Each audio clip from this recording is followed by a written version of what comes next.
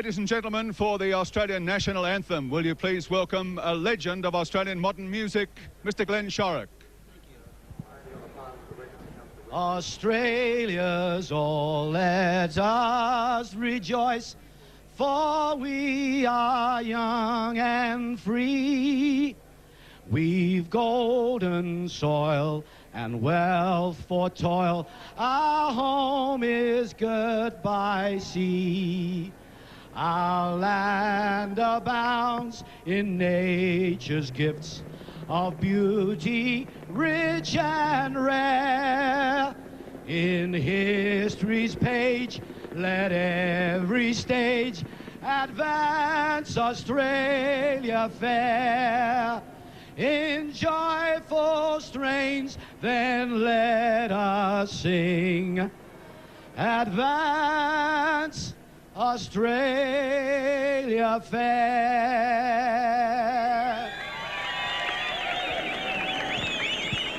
Glenn Shorrock, well done. And now, ladies and gentlemen, with the message that will get the great race for 1996 underway here again from AMP, Mr. George Trumbull, with that message that all the drivers are waiting for. Gentlemen, start your engines.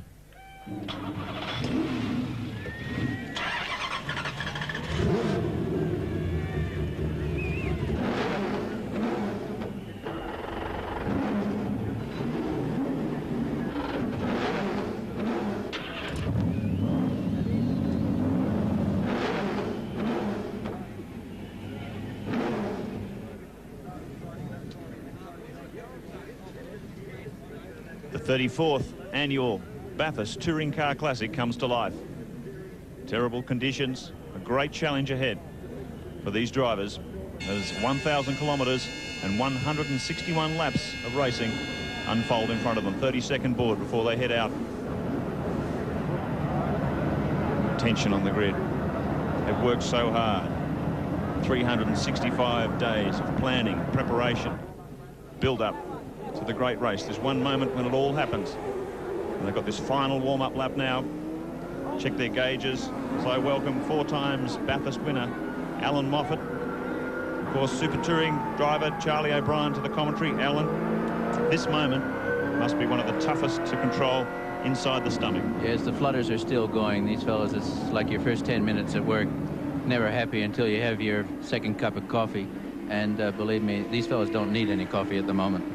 Okay, Alan Moffat, Charlie O'Brien joining us. We've got to go to a break, and we'll be back with the start of the AMP Bathurst 1000 for 1996 in just a moment.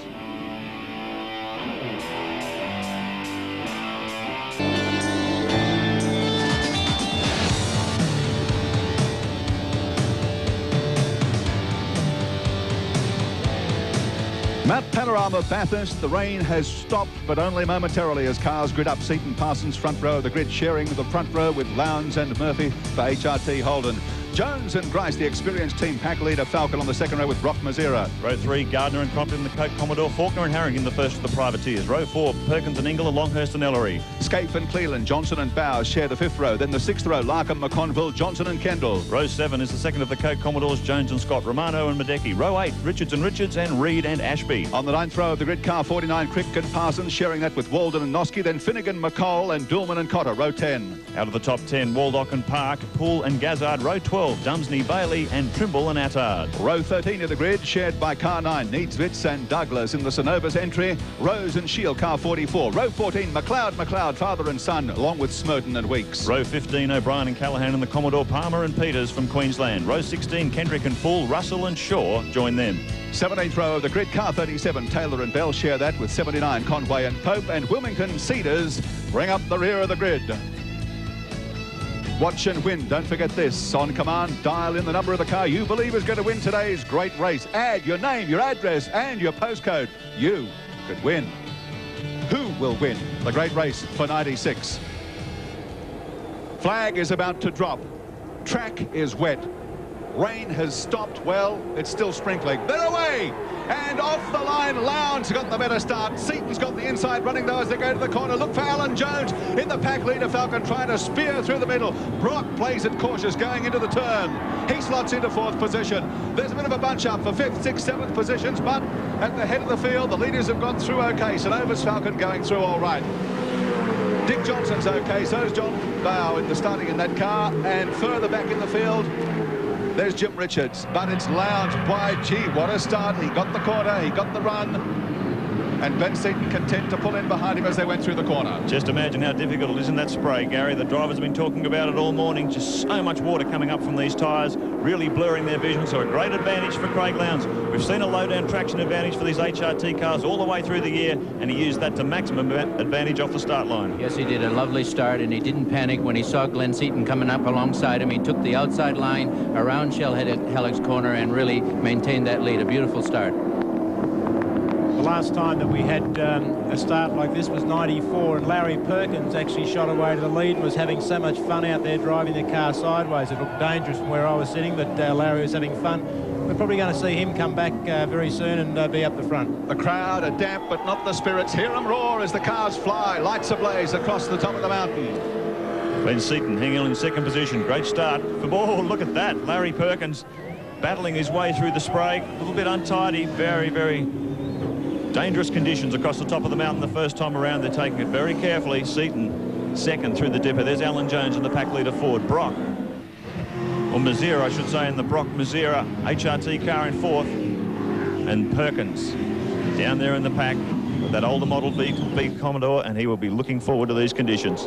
Well, here's Craig Lowndes coming on to Conrad. He'll love this. He's got about 5 car lengths against Glenn Seaton. I think Glenn, with maybe a harder Bridgestone rain tire, is just being a little bit tentative until he gets some heat into those tires. But certainly Craig Lowndes is where he's fairly accustomed to being. Well, Glenn Seaton top 300 kilometres an hour down Conrad Straight this weekend in the dry. Maybe not so quick in the wet, but very, very quick still. As the VH pound down Conrad Straight, brake hard for Caltech's chase on the first of 161 torturous laps of Mount Panorama.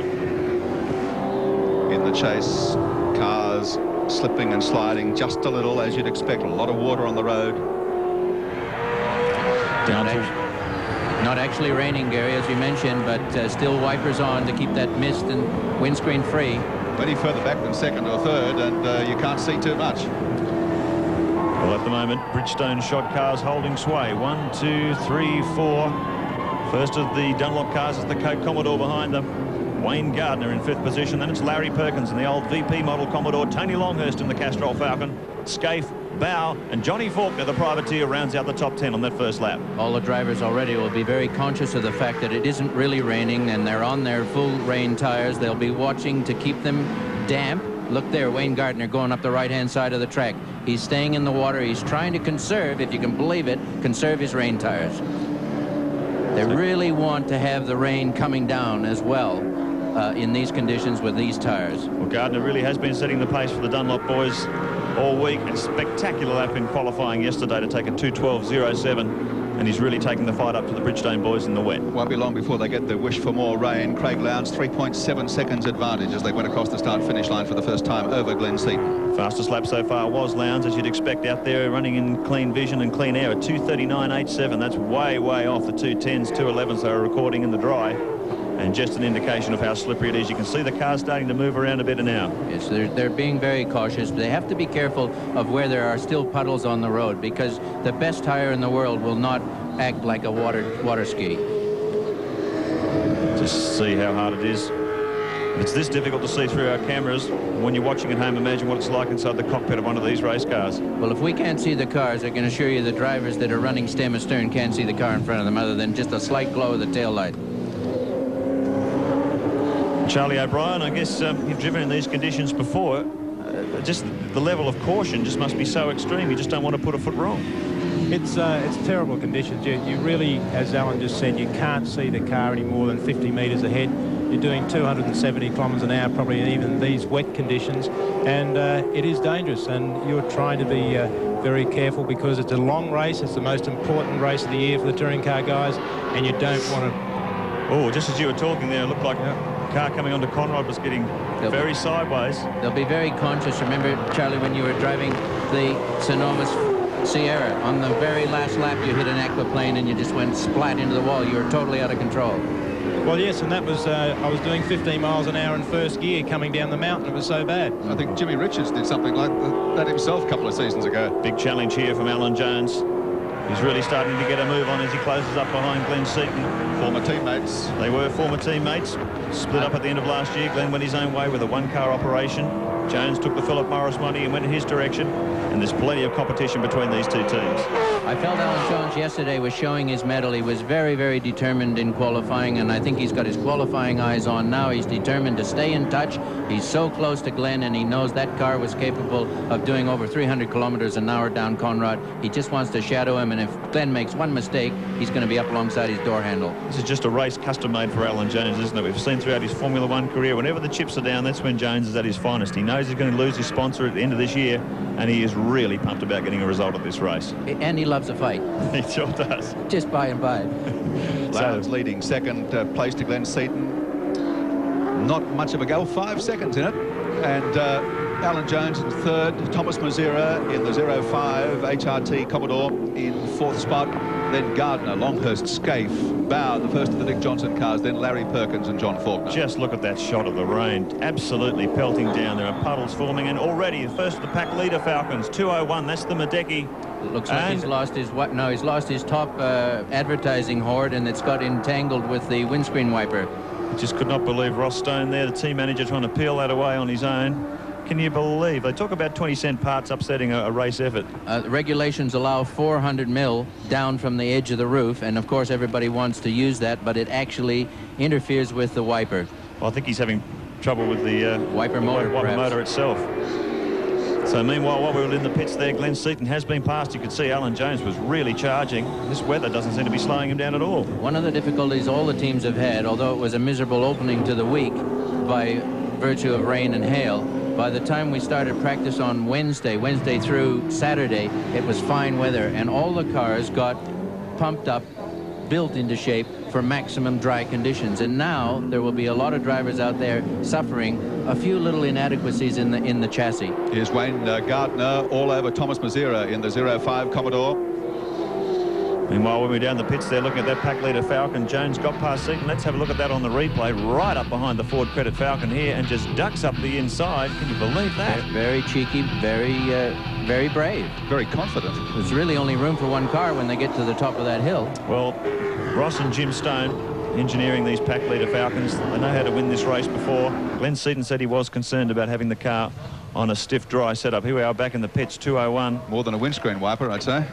Engine switched off, and there may be problems there that early. What a great disappointment for Paul Romano, the 22-year-old Queenslander.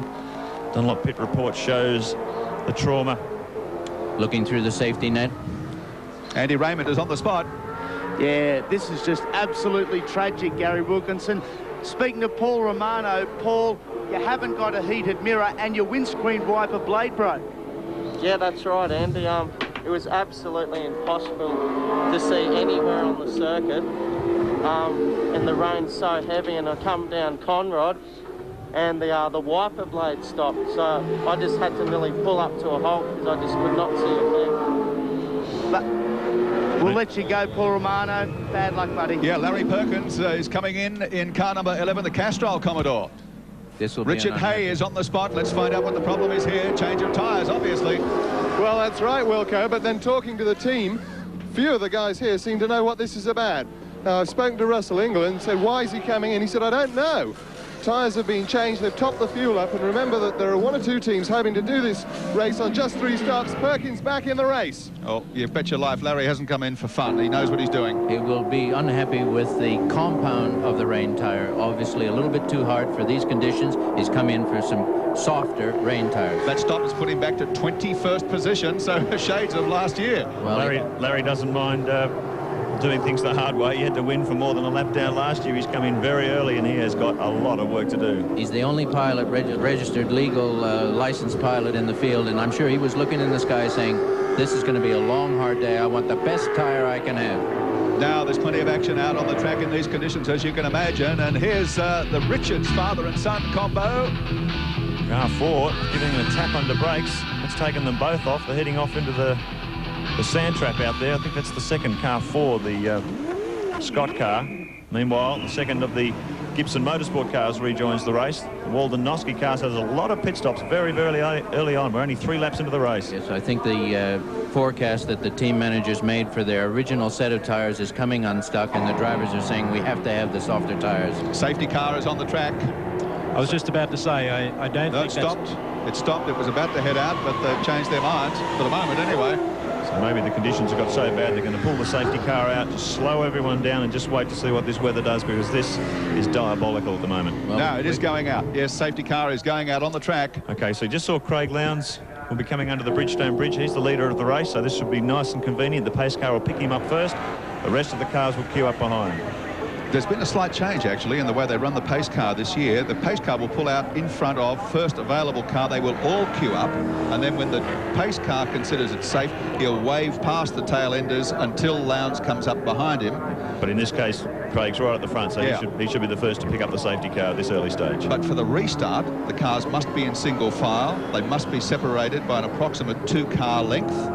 And instead of the pace car doing a full lap with lights off before the restart, they can now put lights off top of Conrod coming out of Forest Elbow. He'll pull off into the pit exit, the pit entry lane, and then it's up to the lead driver to judge the pace until they get to the start-finish line and put his foot down again. And they can switch the lights off on the safety car as late as Caltex chase. And so these team managers are going to have to be on the ball. Yeah. The team managers and the drivers all went to kindergarten class. Oh no, it's the Mitre 10 Falcon.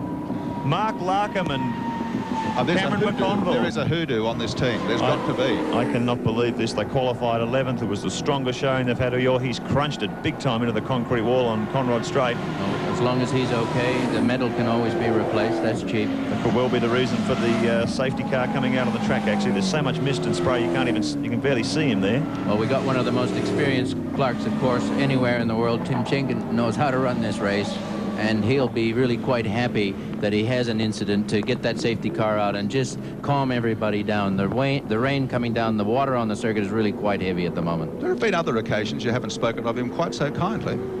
Well... All right. I'm speechless. I'm speechless. All right, well, we get this incident tidied up and just see where the race is going as the cars do slow down as advised. The safety car on the track repeating in these very treacherous conditions, the early stages of the 1996 AMP Bathurst 1000. Will take this opportunity for a break and return when we get matters sorted out.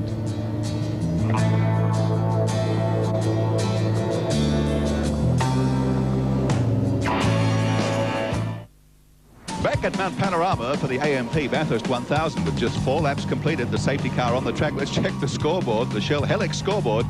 Lowndes and Murphy lead in the HRT Commodore after 4 laps with a 9-second gap over Alan Jones and Alan Grice in the pack leader Falcon. Then Gardner and Crompton, the Coke Commodore in 3rd spot. Seaton and Parsons holding down 4th. Longhurst and Ellery in 5th position at this stage. Brock and Mazira at the wheel of the second HRT car in 6th position. Then Dick Johnson, John Bow, the Shell FAI Falcon in 7th spot. Scaife and Cleland in the Seeger Commodore in 8th. Faulkner Harrington in 9th. And Junior Johnson and Tommy Kendall in 10th position. But even on this lap, the cars are going out. Car 62 is off the track, so's 47. They came together whilst they were in procession. That was extraordinary. Behind the safety car. That was on the slowdown. Now let's look at that on the replay. Alan Moffat was just pointing out the damage on the front of his Falcon there, just coming in the bottom of the screen. Now look at that, there's a collision. Wayne Russell, car, yeah. John Trimble in the Daily Planet Falcon. Another one's gone off to the other side. They've been speeding on Conrod, and they've arrived at the scene of the tow truck, and the cars in front have slowed down prematurely. Look at that, poor John. He's put so much effort into this car. John Trimble and David Attard. What a great shame. Anyway, plenty of happening in the pits. Let's get down to AJ. There certainly is, and I'm just in the Mitre 10 pit, and we've seen the Wayne Russell, John Trimble thing, and I know for a fact Wayne Russell has had a lot of engine problems over the last little while, but Cameron McConville, which one of you blokes has walked under a ladder? Oh, I don't know, Andy, but we haven't had any problems all week. That's the sad part. The car's been going so well. We nearly made the top 10, and I feel sorry for the guys because they've just worked so hard this week, and it's a real shame. I just hope no one else gets, or no one gets hurt out there today. That's it for the day? Unfortunately, yeah. Commiserates, mate. Thanks. Great shame. Cameron McConville, remember Cameron drove with the Shell team here in '93. Yes, and banged it up at the top of the, where was it, in the S's? Taken a long time for him to, there's a bit of a discussion, shall we say, going on here between Wayne Russell and David Attard. Just as well there's a brick wall between them. No, I think you'll find that they were agitated. They were coming down too quickly. Obviously, bad conditions even under a safety car. It's just a typical freeway collision, isn't it? That'll be an incident for the stewards that certainly will be reviewed. It's not the type of thing that is really looked kindly upon by the international fraternity. The FIA will want a report of that. How does an accident happen under a safety car condition? One man who's a proven expert in wet conditions is Jimmy Richards. He's down in the pits now with Richard Hay. Thanks, Mark. Yes, Jimmy, you're acknowledged as a rainmeister. We saw you earlier on doing great things in the Volvo. How is it out there? It's unbelievably bad. When you're travelling behind a car, you know, like 2 or 3 car lengths, you cannot see their tail lights. All you can see is spray. So it's very, very dangerous. But I mean, you know, we are racing drivers and there's a race on. You know, you've got to be out there because the race is on. But it is not nice out there, especially on Conrod or going up the mountain. That's the driver's view. How's the father's view? Because your son Stephen's out there. The father's view is I'm glad he's out there. Thanks, mate. Smiling Jim Richards, he can smile because he's not out there. I tell you what, I don't know whether I'd be feeling too well up in the skies today. That's the Whitman's Chocolates light ship. We have a camera on board. I don't know whether we'll be getting too many shots out of it today, the way the weather conditions are. It's a bit wild. Oh, as we speak. Look at that. It's a bit wild and woolly up there, and it's certainly wild and woolly on the track. I mean, we've lost, well, half a dozen cars, and we're only on lap 4. The safety car is out. The race, you can say, is virtually at a halt. We'll check the race score, I think, whilst we're at it. Again, Lowndes and Murphy leading. They, in fact, were on their 5th lap when the safety car went out. Alan Jones, Alan Grice in 2nd spot. Wayne Gardner and Neil Crompton holding down 3rd for Coke Commodore. Then Glenn Seaton and David Parsons for Ford Credit Falcon in 4th position. Longhurst and Ellery in 5th. 6th placing to Brock and Mazira. Johnson and Bow in 7th. Scaife and Cleland in 8th position. Faulkner and Harrington 9th. And Stephen Johnson and Tommy Kendall in 10th position, with the race virtually at a halt in miserable wet conditions at Mount Panorama.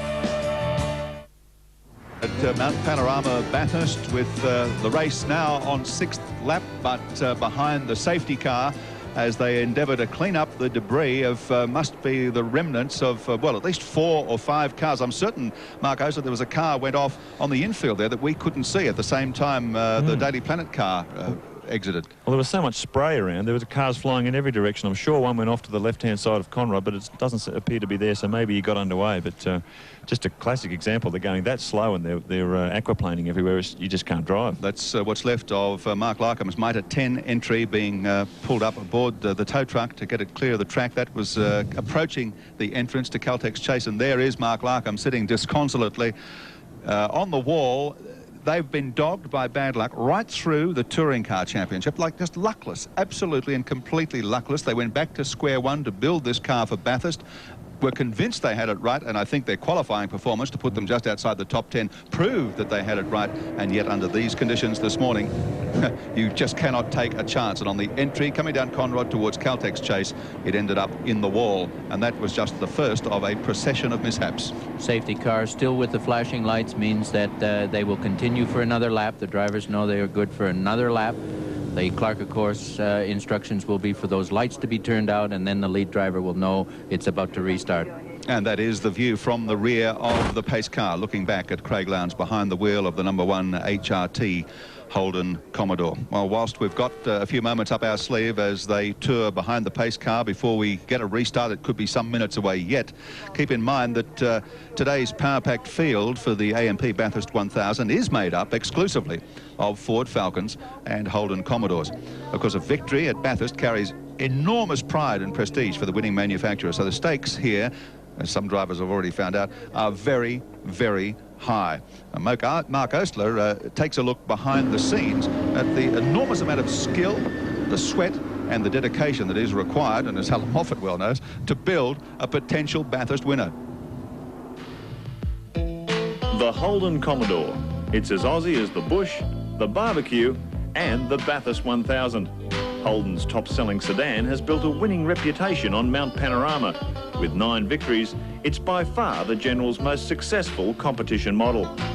Today, Holden hero Peter Brock will try for his and Commodore's 10th Bathurst crown. But as you're about to see, there's little in common between Brocky's latest Bathurst weapon and the showroom model. The birthplace of a Group A Commodore touring car takes place right here at Holden's assembly plant at Elizabeth in South Australia. Now, it may seem like a simple process of just taking one of these standard production shells and turning it into a race car, but really, it's not that simple. You see, even at this early stage of production, there are major differences between a road car product and a race car. Each standard Commodore body shell is welded together from 29 separate components, but with a race car, dozens of additional brackets, mounts and panels not required for competition are discarded. This presents a problem for the production line. The missing parts mean that fully automated quality control alarms have to be manually bypassed every step of the way. So the race shell literally has to be walked down the line by a special production team. For a factory punching out 480 Commodores a day, a race car may seem like throwing a spanner in the works. But there's no shortage of enthusiasm when it comes to creating a potential Bathurst winner. Management are very keen on it, and so they see fit to let me build the cars down the line, but yeah, everyone on the line is really keen when it comes along, and they all really help and jump into it with real enthusiasm, you know. They think it's great.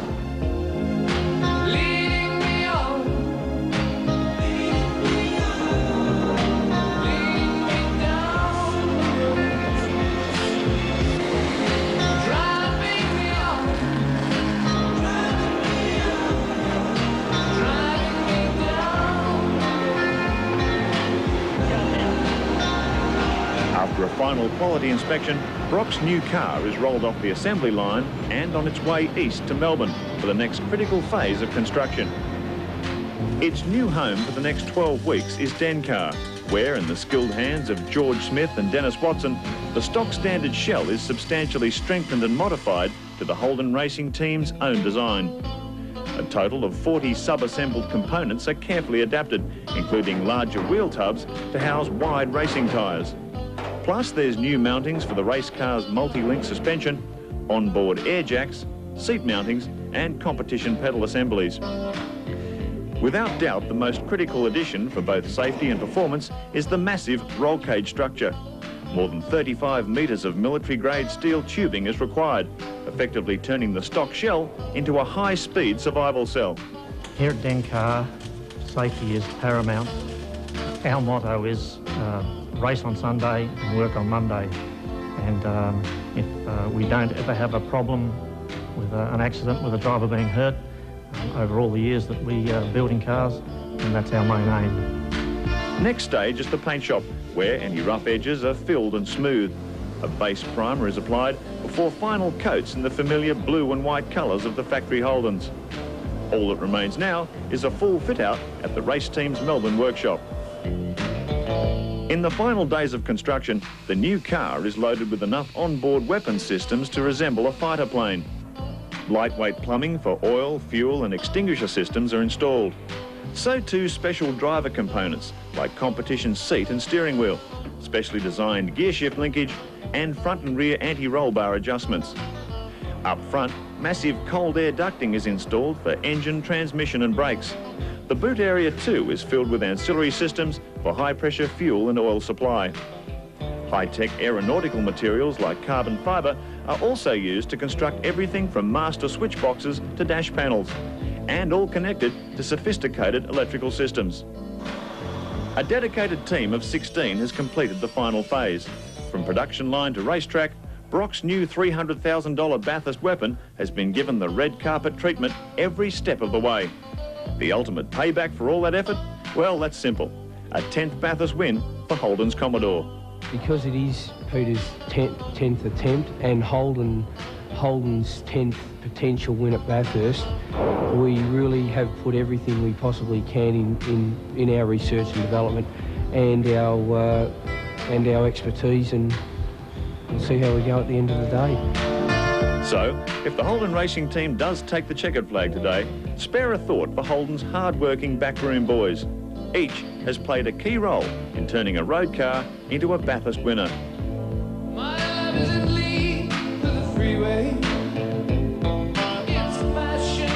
Now you know how it's done, thanks to Mark Osler. Sounds easy, but when you look at it, it sure is a complex business. Well, it's bucketing down still here at Mount Panorama. Water flowing across the track. That's up near Forest Elbow, entry into Forest Elbow, and of course it's causing absolute mayhem here. And as we saw even on the slowdown lap behind the safety car, car 40, there is another one going off on the infield as we saw, but on the left of screen, car 47, the Daily Planet entry, the Nokia entry, car 62 of Wayne Russell, both ended up in the wall on that side of the track. Did you spot which one it was that went off on the other side? Didn't quite see in the straight. I don't think he actually hit the wall. There he is there, coming back onto the track, so he didn't hit the wall, fortunately. Car 52. That's the Kendrick full Commodore. Now, we saw Jeff Gresh talking to Mark Osler in that story about the construction of a V8 race car. He's now looking not quite as pleased with himself under these circumstances, I guess, although they're in front, Andy Raymond, so they've got to be happy about something. Well, they may be in front, Wilco, but I tell you what, there's not a huge smile on the face of Jeff Gretsch. We've been racing about half an hour now, only 7 laps, and Craig Lowndes is, well, a little unhappy to say the least at the moment, Jeff. Well, he's just radioed in, actually, Andy, just before we went on camera here, and it is very, very treacherous out there. It's starting to wash a lot of mud onto the circuit. He's even finding it hard to stay up with the pace car, which, you know, it is very treacherous. I mean, whilst the race is on, we have to try and stay out there, but if it gets too much worse, I don't know what will happen. Are the drivers showing any concern at the moment from what you've experienced? In these conditions, I think every driver would be out there. Whilst they know they're racing drivers, as Jim Richards just well said, you wouldn't envy any of them being out there with mud and all that washing across the circuit. You could just see an instance of that last pile up there. It's virtually uncontrollable. It certainly is, and Gary Wilkinson, you've got the comfort, the creature comforts of being in the commentary box, but I can assure you the rain really hasn't let up down in here in pit lane. Hey, it's cold comfort today, as Jeff Gresh well knows, as the man in charge of the Mobile Holden racing team. It's a thankless task. They've come here with enormous expectations and with a real shot at possibly a 1-2 finish with their 2-car team. Alan Moffat knows how difficult that is to achieve under any circumstances. Gary, getting one car just to the start line is an enormous endeavour. Getting it to finish is a tremendous achievement. To do it with 2 is almost miraculous. Well, Fred Gibson has tried it, and he's always trying it on. He's with Richard Hay. It's Wilco, yes. Freddie knows a bit about this race. This wasn't in the script, was it, this weather? Wasn't at all, Richard. We thought it was probably easing showers and sort of, you know, the rest of the day to probably fine up, but it's turned around the other way now, right now. Now, what does this do as far as the car's concerned? I hear you talking to Mark all the time. What sort of things are you telling him? Oh, just the gearbox pump, like the gearbox is getting too cool sort of thing, so we turn the gearbox pump off, things like that, and the lights and the front windscreen demister are on, so they're drawing the power a fair bit because they're only running around slow. So to turn that sort of stuff off when the car's going slow. And what's he have to say about the conditions out there? Because I know that the pace car came out initially because of an incident, but the rain seems to have been coming down heavier and heavier. Yeah, he said that he's never seen conditions like it, really. Seeing the other cars the problem straight away, but also the conditions are very bad because what at Bathurst happens is the water runs across the road, so it gets very puddly. So what you need is a very deep treaded tyre. And probably when we started the race, as you know, we've stopped for tyres. When we started the race, we started with a shallow groove tyre, thinking that was going to sort of not be too bad and probably might get a dry line in an hour. That didn't work, so now we're going to the full monsoon tyres, they call it, which is sort of getting rid of most of the water we can. Now you've got Mark out there in the car, sitting in the back of the garage. Here is John Cleland, who's done very little time in the wet in a car around here. What sort of things can you say to him? Well, JC's a professional. He'll do a great job. It won't be a problem because they're professional race drivers. That's what they do for their living sort of thing. And he'll do a very good job. Doesn't need miles in the car. He'll hop in the car. He'll adapt to the conditions and go quite as well. Fred Gibson, thanks very much. Fred Gibson, he didn't lose his hair because it fell out overnight. He's lost it because he worries a lot, and you can't blame him with the amount of money that's involved to have conditions like these dumped on you come race day, because as we've said, it is an enormous investment in terms of time and money, and they can do nothing about it today, for the moment anyway, but sit behind the pace car. And race officials tell us the pace car will stay out as long as it keeps raining. So we could be here till Christmas. A long time. This brings back memories of... Clark, of course, now will be gun-shy after the incident under the pace car. And he'll really want to be very certain that there are no rivers flowing across the track. They've got their own observers. Every corner is on radio linked to race control, so Tim Schenken will be able to say if and when he wants to restart it. This brings back memories of 1992.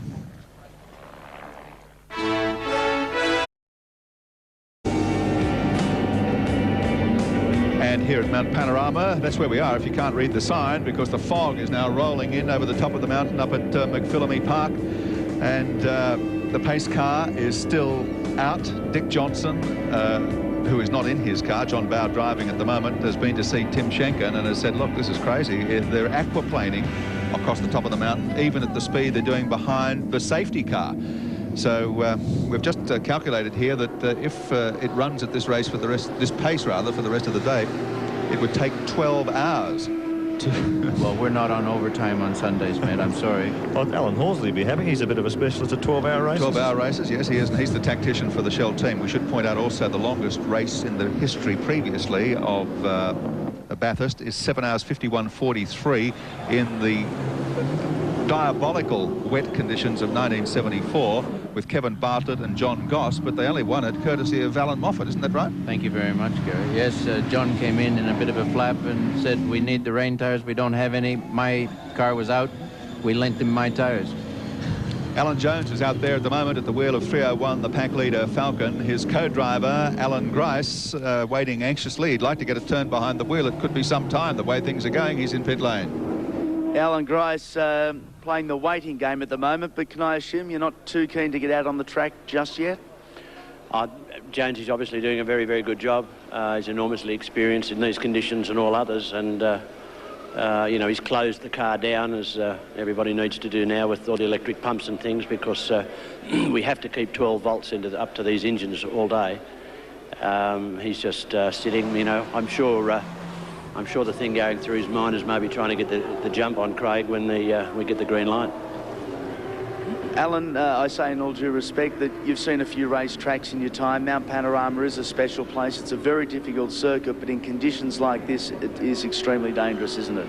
Yeah, it is, with the water running across the track, but that's the nature of the place. But, you know, having said that, I've raced in the snow at Donington in England and on slicks, and that was a very unnice thing, I can tell you. Alan Grice, we hope you get to drive a little bit later on. Thank you very much. And with Richard Hay, let's go and speak to Neil Crompton. Thanks, Andy. And yeah, Neil Crompton's with me. You just said something to me about last time you did any of this. You had four-wheel drive. Yeah, that was 1992, but we were at a slight technical disadvantage now. But it's very much the same as it was that year, and I can imagine what the guys are going through out there at the moment. When the surface gets that icy look about it, you hear the cars do what we just heard them doing then. They just flare on the engine, and you've got to hold on pretty tight, so it's a pretty tough time. I'm glad I'm here. You've been having a long chat, I know, with Wayne and Brad Jones. They're happy out there, are they? Yeah, there goes Bradley now, waving like an idiot. He's been telling jokes on the radio. Wayne rang up and wanted to have a chat because he was bored too, and he just told me a few of the things that were going on with the car and what was happening around the top of the mountain. But they're happy chappies, although I saw Bradley got into a bit of trouble with Richo Jr., so we'll have to smack his wrist when he gets back. What I really want to know is why is it when you stepped out of the garage the sun came out? You know I can't answer that. There's just a little glimpse of sunshine, so hopefully it'll poke through. Thanks, Neil. Thanks, Richard. Crompton, the Sunshine Kid. Actually, there are a few patches of blue skies, and Charlie O'Brien, they reckon that they could get the race underway again shortly. That's how dramatically and how quickly conditions can change here. The wind does help a lot, Gary. It'll blow a thing, and really, the 35 cars on the track with these wide groove tires are acting like a vacuum cleaner. They are soaking up a great deal of water. Sorry, Alan, that was actually asked for me. But just joking. Those conditions out there, I'm not... Yes, those conditions, I'm not quite sure. The drivers really would be thinking, do we want to get started or park this one, because it's very, very dangerous. Well, I noticed during the interview with Neil Crompton, the camera shot picked up some activity down in Murray's Corner there with drainage problems. They had a couple of workers obviously trying to clear a blockage, and there was quite a pool of water, and that is going to be the problem of the residual pools of water and the water that continues to flow across the track even after the rain has stopped. Well, the rain has stopped now, but there'll be a hell of a build-up flowing across the top. Well, John Cleland, of course, would race in these conditions all the time in the UK. Well, I was just talking to him about that, actually, Wilco, and we don't get rain quite like this, do we? I have never, ever, not even in Britain, seen rain like this. When it rains there, you get a bit of drizzle, and then it comes down a wee bit, but this is outrageous. I came here for a suntan. I didn't come here to get weather beaten. Now, I guess I know where you'd rather be at the moment, which is this side of the pit wall, not out there in the car.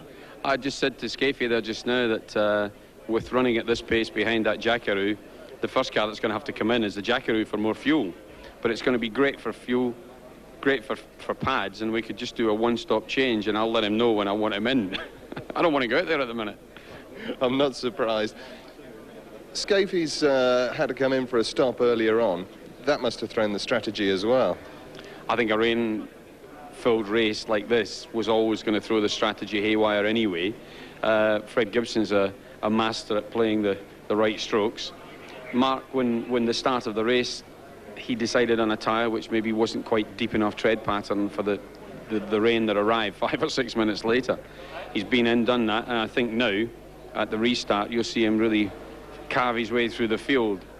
I know he's fired up to win this race, and he will not want to be sort of 28th for very long, let's put it that way. He's all right in the wet. I think we're very confident at the minute. Thanks, John. Well, we've only had 4 laps under race conditions. We are now on lap 11. Simple mathematics tells you we've had 7 laps behind the pace car. They say we could get a restart within 1 lap. All right, we'll wait and see. Well, team managers will be keeping their eyes on these flashing lights on top of the safety car as it comes across the start-finish line this time around. Had one of my worst moments here in situations like this with and we really want to talk to Wayne at the moment. Wayne Gardner. Hey, yep. There he is. How are you finding it out there at the moment? Very, very wet. I think I need Kieran in here. Yes, you would have some advantage in that respect. I understand there could be a restart in a lap. Do you think conditions warrant that yet? Yeah, I think it's pretty well right. It stopped pouring. You know, the problem is when it rains heavy, the cars aquaplane very, very easily, even on the main straight, as you see in the three accidents over the back of the straight there. So, yeah, I think it's nearly right, but it's treacherous conditions. You've got no idea how slippery it is at the moment. Wayne, all year you've been complaining about a lack of front-end grip. It must be terrible in wet conditions.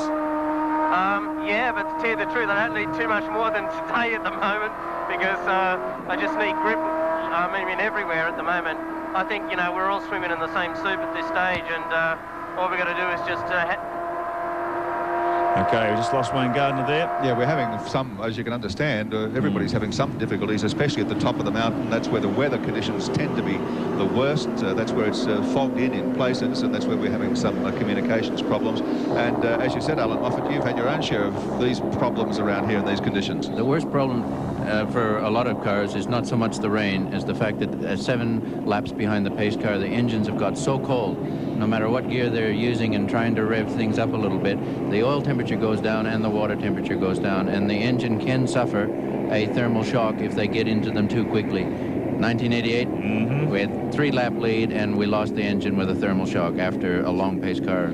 And I guess the problem goes all the way through the car, Alan. They were talking about switching off gearbox pumps, diff pumps, and all those parts of the transmission get very cold as well. Well, they're doing that to save the electricity, first of all. The actual gearboxes and diffs are stronger and less temperamental than the engine, but the engine likes to stay warm and cozy. Charlie O'Brien, you've raced in, I've lost count of how many different categories of racing car, and in a lot of places. Have you ever raced in worse conditions than you've experienced at Mount Panorama? No, it's very similar at the moment there, Gary, to 1992 when the race was stopped. It's just there's no way of describing it. You know, when you're doing those sort of speeds and you can't see any more than 2 or 3 car lengths in front, and you're saying to yourself, I shouldn't be doing this. But of course, you can't ring up your team manager at the time and say, I don't want to drive anymore. I want to come in. Well, these guys are about to drive some more because the lights are off on the pace car, which means it will pull off into the pit entry lane as it comes down the bottom of Conrod Straight this time. and the cars at the start-finish line will head off. As we said before, they must maintain single file. They must maintain approximate 2 car lengths between each car. Once the pace car pulls off, it's up to the lead car, that's Craig Lowndes in the Mobil HRT Commodore, to maintain or set the pace, as it were, until they reach the start-finish line. He's not allowed to beat the pace car down to the AMP bridge. Okay. Let's check the top 5 for you again. These are as they stand at the moment. Craig Lowndes and his partner Greg Murphy. Lowndes at the wheel at the moment in the Mobil HRT Commodore. In front after 12 laps. That means 8 laps behind the pace car. Coming up for 9 laps behind the pace car. Alan Jones, Alan Grice, pack leader Falcon in 2nd position. Wayne Gardner, Neil Crompton, Gardner at the wheel, the Coca-Cola Commodore in 3rd position. Glenn Seaton and David Parsons for Ford Credit Falcon in 4th spot. And Tony Longhurst and Stephen Ellery, now they've done a pretty good job in those early 4 laps of racing to slot themselves into 5th position. Car 10, car 47, car 62, those 3 are definitely out of the race and will not be rejoining. Well, as you can see, conditions have lightened up a little bit here. Track not quite so damp. It's certainly not raining at the moment. So we're back to action. There's the green flag for the restart.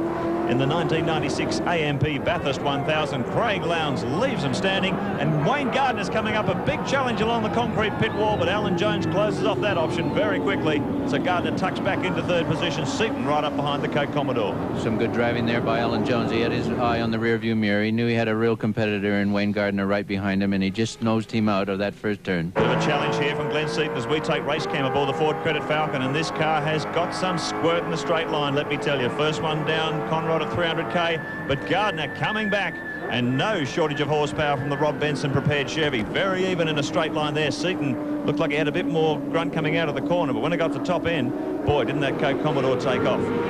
Well, the driver behind it took off as well. I think Wayne is so superb in many ways and just hasn't quite got that laurel around his neck yet. Now, in that little manoeuvre, Tony Longhurst also found his way past Glenn Seaton. We didn't see that on race cam, but that was a great move.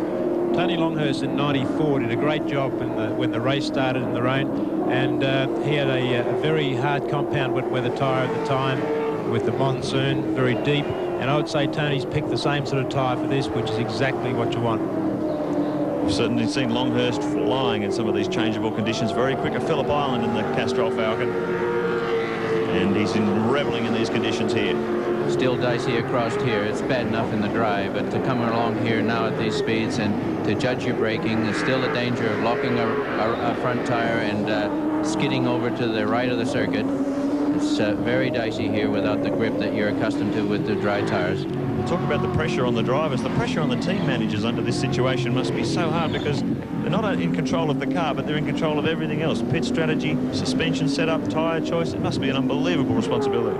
Can I tell you, my worst job when I retired was watching Charlie and the other drivers behind the wheel. I never worried when I was there myself, but I certainly started worrying when I was watching them. So they go down Conrod Straight, and plumes of spray coming off the cars as they pick their way. Look at that. You just can't see the cars as they disappear into that wall of spray.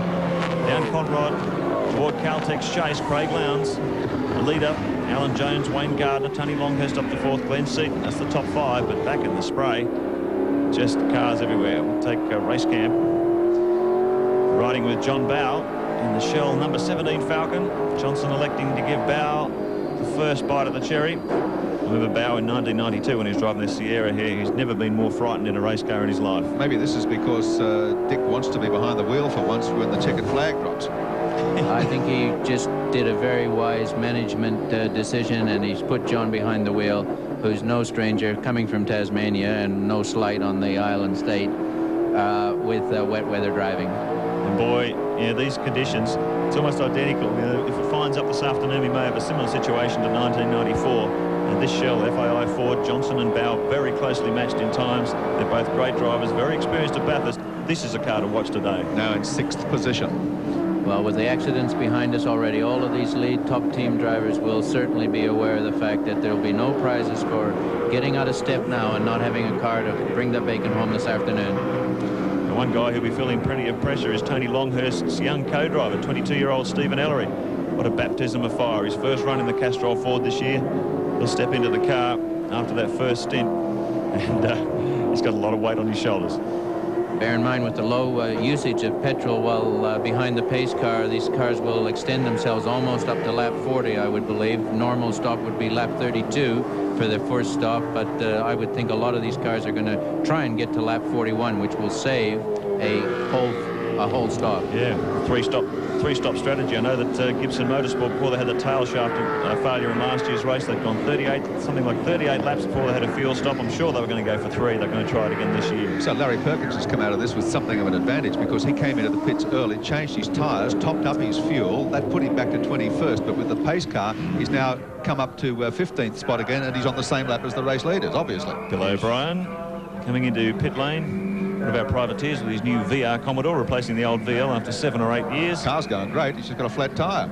So tyre trouble here for Billy O'Brien. Brian Callahan Jr., son of the former Speedway ace, swings into pit lane. It's always a pity to get a puncture, but boy. Dunlop pit report takes you trackside, and not too much of a rush to get that wheel off. Probably caught the boys a bit by surprise. So you never know. Well, even the top teams with all their radio communications have failures, so... Yeah, and communication under these circumstances, as we said, with the weather the way it is even more difficult. So,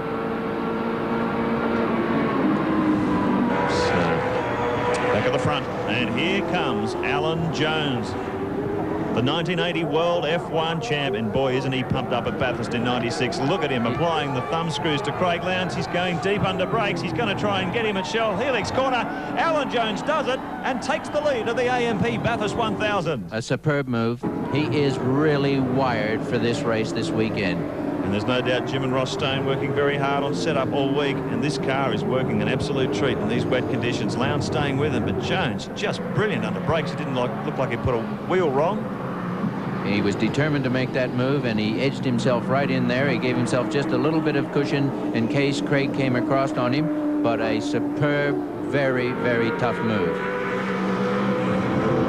So Jones now leads the race. He wants to win so desperately. World Formula One champion. He's also been US Can-Am champion, Australian GT champion. He's won just about everything there is, but Bathurst is the one he has to conquer before he retires from motorsport. Well, let's face it, he spent the last 12 months putting together the best possible team in terms of equipment and personnel to build himself a car to get him across the finish line in front here. And this says it all, Gary. To have done that in a year is a superb effort. I know that he went after the best people in the business and stole a few here and there. That's okay. In 1 year's time, to form a team that can lead Bathurst on any lap is a superb achievement. Well, Jim and Ross Stone have done it before. They engineered that great victory for John Bowe and Dick Johnson here in 1994 when it went right down to the wire with Craig Lowndes. And they're now twiddling the spanners on this car, and it's obviously working particularly well. He hasn't just passed Craig Lowndes either. He wants to put daylight between them. He's happy with his combination. And we are getting a dry line very gradually emerging here. It hasn't rained for a while. Alan Jones, 49 years of age, lives up on the Gold Coast in Queensland, first in the World Formula One Championship, 2 times third in the World Formula One Championship. That's quite an achievement. Can-Am champion 1978, Australian GT champion with the Porsche of Alan Hamilton in 1982. A guy with tremendous experience, enormous ability, and one of the most aggressive racers you'll ever see. He's drifting through Kel-Tec's chase in the rain, chaps. Have a look at that. You're not going to see this every day of the week. Here is a champion at work. And as Alan Jones and Alan Grice hate to be reminded, there's 103 years of experience behind the wheel of that car today. Age has nothing to do with ability. You know that, Gary. We just see the Walden Noski car 6, the second of the Gibson Motorsport Commodores, has been pinged. It'll have to come in for a stop-go penalty, exceeding speed in pit lane, and I believe overtaking under yellow flag conditions. Well, there is a 60k speed limit in the pit lane these days. Oh, look at this. John Bowe starting to close in on Tony Longhurst. So the Shell Ford now going quickly as Dunlop race cam shows you. He ducks up the inside, following in the tracks of Alan Jones. And John Bowe goes through, moves up another position up into the top 5. This will just be taking advantage of all the parameters that go into that tyre choice. Look at Thomas Mazzera coming through now too. He's just behind this pack. So it's Jones, Lowndes, Wayne Gardner in third, Seaton, Longhurst and Bowe. Up the mountain once more, John Bowe, who's had victory here with Dick Johnson. Jones and Grice, as Mark Osler said, Now leading the race, the AMP Bathurst 1000 on lap 16, ahead of Craig Lowndes in the Mobile HRT Commodore. Gardner and Crompton in 3rd position. Glenn Seaton in 4th spot. 5th position John Bower. Is John Bower. That has just changed. Longhurst dropping back to 6th. Brock and Mazira, with Mazira at the wheel in 7th spot in the 2nd, the Mobile HRT Commodore. Then John Faulkner at the wheel of the better Electrical Commodore in 8th spot. Poole and Gassard up to 9th. By gee, that's a good effort by them in their Scott's Transport Commodore. And Jones and Scott in the 2nd, Coke car in 10th spot.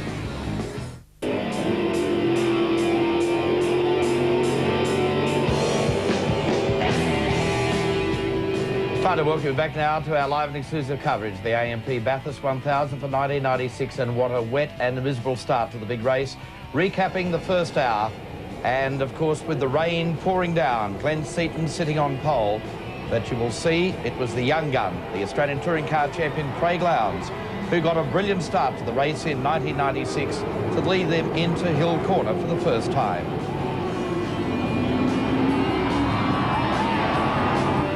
So with everyone safely away, but after just one lap, Paul Romano was the first into the pits, frustrated by a wonky wiper. Meanwhile, former world F1 champion Alan Jones was on the move, a cheeky but brilliant manoeuvre, passing Glenn Seaton as they headed up the mountain for the 2nd time. Back in the pits, the defending champion Larry Perkins was taking no chances, changing his wet weather tyres and topping up his fuel. Back out on the track, the mayhem was starting. First, Stephen Richards coming to grief with Tony Scott. Then the hoodoo continued for Mark Larkin and the Mitre 10 Ford. It's been a miserable season for the car number 10. So that brought out the pace car. But even that couldn't stop the carnage with the Nokia Commodore of Wayne Russell and the Daily Planet Falcon of John Trimble coming to grief. With fog shrouding the mountain, the AMP Bathurst 1000 is assured to provide plenty more excitement in the hours to follow with Alan Jones, the current race leader. But a big chance for you people at home to watch and win with Channel 7 this afternoon simply by dialing 1902 555 615, then on command dial the number of the car that you think will win the AMP Bathurst 1000.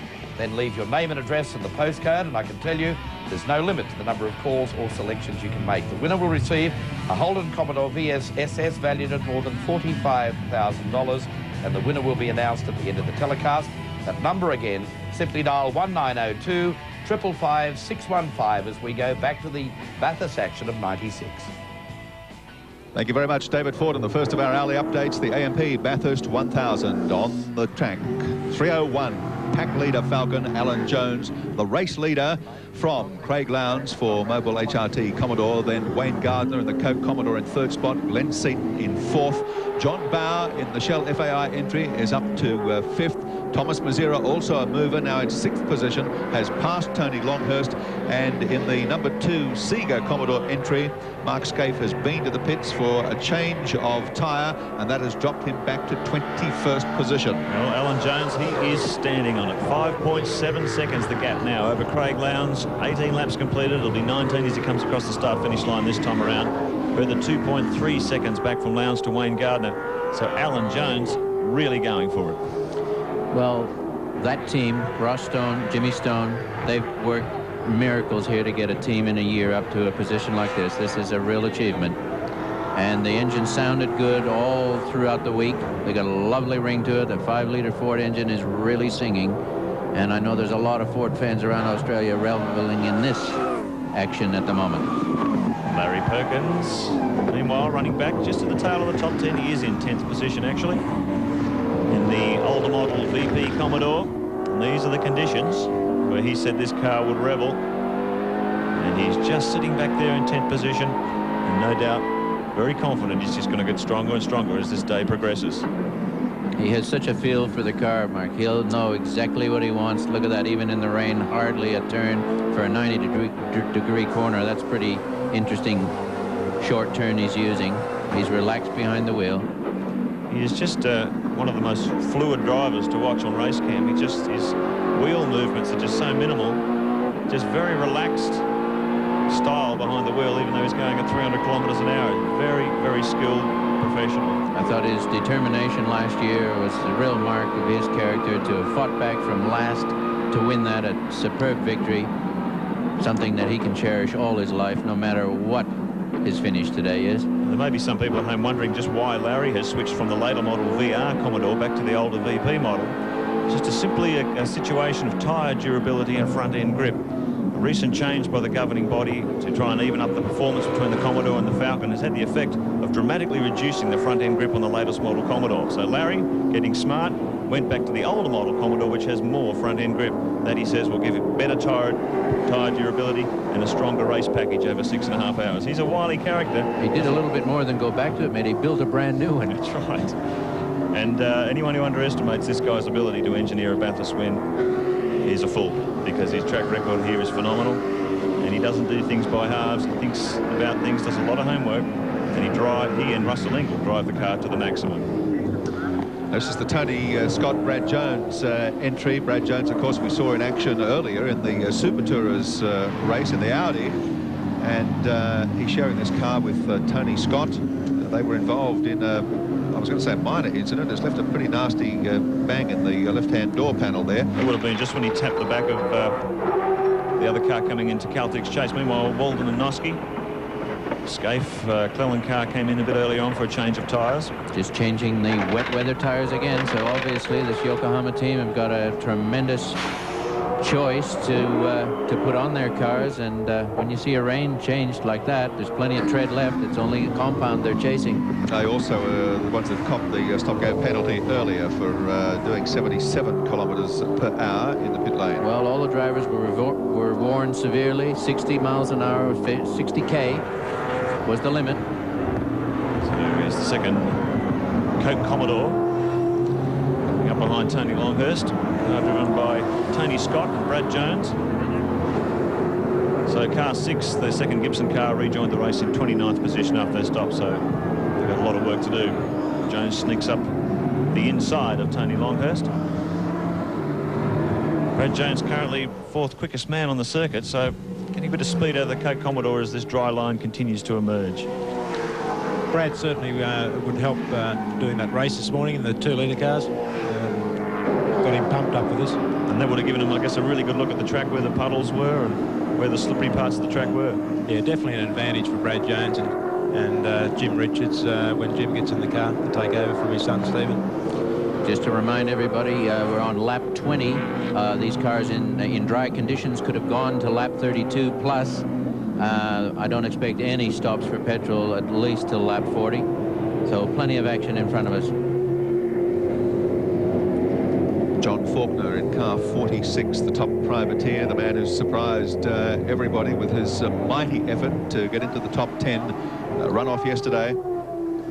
It certainly was that, Gary, a team that not been on the scene all that long, but mastermind by Les Small, who has worked with many top drivers for the last 25 years. He must have worked extremely hard on the engine of this car. Whoops. Car 52. Now, this is the car that did escape the melee coming down under the slowdown on Conrad, but he hasn't escaped this time, and he's not going to either. Jeff Kendrick and Jeffrey Full. Jeff Full's been a busy guy this weekend too, driving the Peugeots and the Super Touring races. He was supposed to jump into this car as well, but look at that. He's gone right across the sand trap and may have even bumped the wall. Well, he's come up pit straight, which is not a maximum speed corner for the left-hander at Shell Helix, and he hasn't made it, so maybe a car failure. I doubt whether that would have been a driver failure. The famous sand trap in which Jimmy Richards and George Fury did the JPS BMW waltz. Some shoveling. Let's see it again in replay. Just got straight on there. Well, if it was a driver error, he'll live to regret it. Oh, he's just kept it off the concrete. Didn't quite make it. Luckily, didn't make it. There's a number of drivers lucky this weekend, just coming within a paper width of touching the concrete wall. But he is really stuck there, and that could be a dangerous position, or judged a dangerous position by clerk of the course, Tim Schenken. It's not moving. Safety car motionless at this stage. Be interesting to... They're very reluctant to go out and retrieve abandoned cars. If they feel it isn't too dangerous, they'll leave it there. They might work away at pulling it back with a tow truck, but I doubt whether that demands a safety car. So race leader, Alan Jones, 21 laps completed. A real battle now developing between himself and Craig Lowndes. Lowndes has got the gap down to 2.3 seconds. Last time across was Lowndes was the fastest man on the track at 2:29.44. Jones just about 3/10 slower than that. So Craig Lowndes now starting to close the gap. 2.3 seconds and closing. Well, this performance from Alan Jones will be going through young Lowndes' subconscious, and he'll know that if it starts to dry out, that Falcon isn't going to get any slower in the dry, and he doesn't want to be too far away from it as this track improves. Into the Firestone Dipper goes Alan Jones, pursued by Craig Lowndes.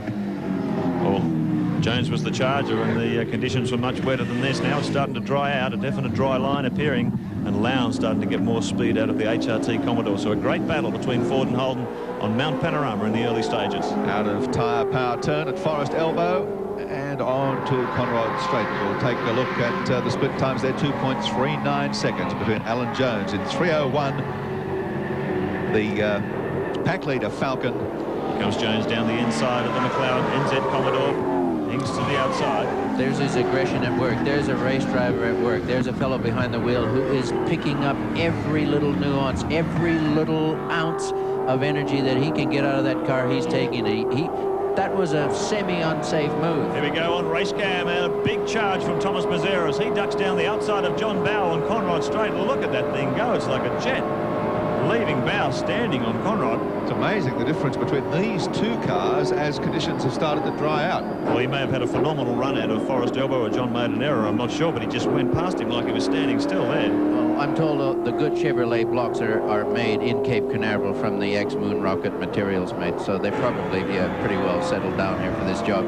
John Bow, though, closes in, a little bit under brakes. Look at that crowd lining the top of the circuit, undeterred by these atrocious weather conditions and enjoying the spectacle of the AMP Bathurst 1000. What a race we've got in store.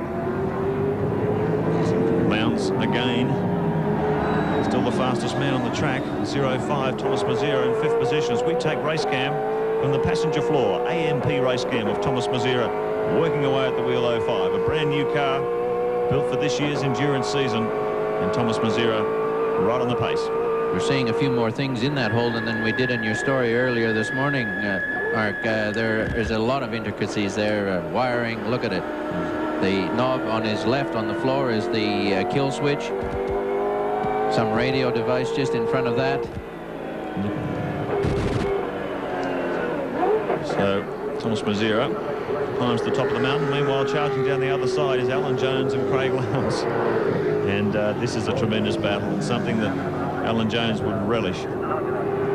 22 laps completed on their 23rd lap.